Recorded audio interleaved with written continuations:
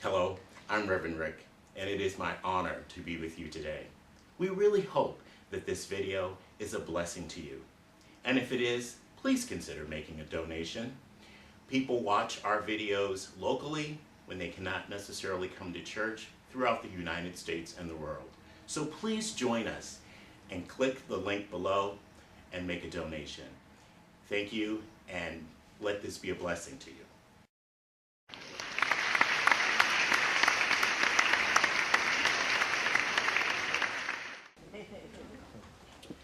Let's prepare ourselves. Open your eyes. Open our eyes that we may receive the spiritual truth today.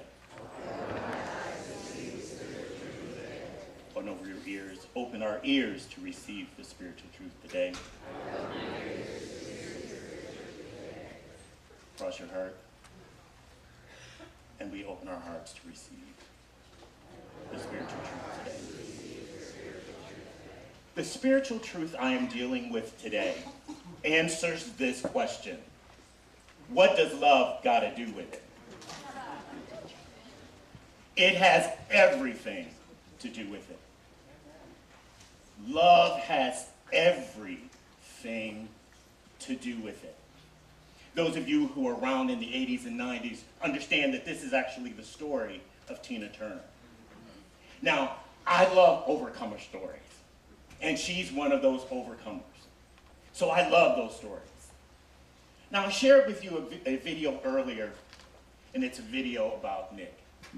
Now I think the reason that I am so impressed with him is that he can do all the things I cannot do. There's only one thing on there that he does that I can do, and that's shave. Because even when he brushes his hair, I can't brush my hair. He plays golf. He plays soccer. All the things that I really cannot do. But when you look at him, you only see his limitation. But he has decided not to be limited by what you see. He has insight, and he has decided for his life to be meaningful. Now, when you see him, it's not as a result of trauma. He was actually born this way. He is one of the few people, less than 5 in the world, who are born with this genetic disorder. And he tells the story in his own autobiography, how at one time he was depressed. He thought no one would ever love him. He thought that no one would ever be able to live with him as a wife, or that he would ever have children. But somehow or another, he found the love of God, and he has both. He has a wife and 2 children.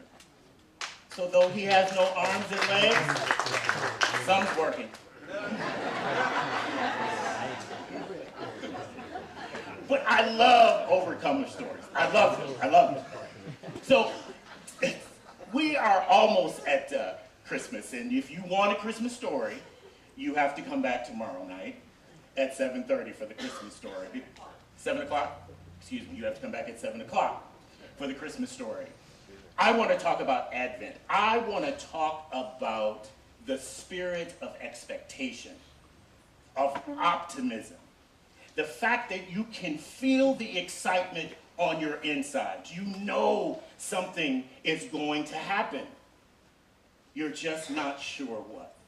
And even though this is the season of Advent, I hope you live throughout 2019 with a spirit of expectation. See, in Advent, there are 4 major themes. One is hope, it's peace, joy, and the 4th is love. And that's where the theme comes from this morning. Love has everything to do with it. See, love gives us the power to live in the light. It gives us the power to love, even in difficult situations. See, we choose to love. It is a choice. It is a decision. And if we don't choose, we retreat to fear. And when we fear, it always results in violence. See, it may not be physical violence, but you know when you wish someone wrong, It's violent. It's the same thing. And so you don't have to choose to fear, but you have to choose to love. Because if you don't, we naturally end up fearful. Now, this Christmas story starts with a star. The star comes. It's just to identify that something special is about to happen. Everyone sees the star, but people have a different understanding of what it means. First, the one that is fearful. Herod hears about the star, that it identifies the king of the Jews being born, and he decides to become violent. He plans to kill every child less than 2 years of age. But there are others who see the star. The shepherds see the star, and they hear good news, which shall be unto all people. The Magi come because they see the star and they see that something fantastic is about to happen. And so they come from far away just to see what will happen. See, on the surface is how we see with our eyes. That's our eyesight. But our insight is the wisdom. It is the place where we give meaning to our experience. And we give the meaning.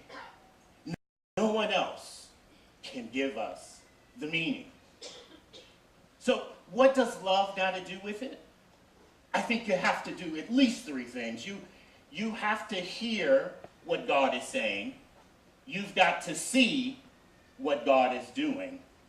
And you have to know that the love of God is so set in our lives that there is absolutely nothing else, that the entire universe is for you and never against you. If you feel any form of condemnation, understand this: it is probably not from the spirit of love. Because with love there is power, there is authority, and there is also potential. So we have this good news. And so the good news is what we should be carrying as well. It's not just that we recognize tomorrow that Jesus was born. It's that we were born.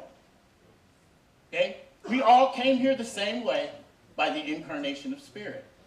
And it is that Spirit that is within us that desires to reveal itself to the world. And it reveals itself to the world as love and light.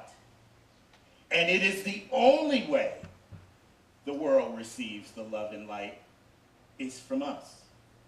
Because we are meant to be light in the world. So within us is this divine spirit. It is this desire to reveal all that is holy, all that is sacred, that resides within us. The question is how do we walk and live in the light? Stay woke. See, stay woke means that you look for the meaning beyond what is obvious. You go beyond your eyesight and you reach into the insight to find the meaning of the situation. You know, it comes from political activism that says, yes, we are all equal. That's what we say.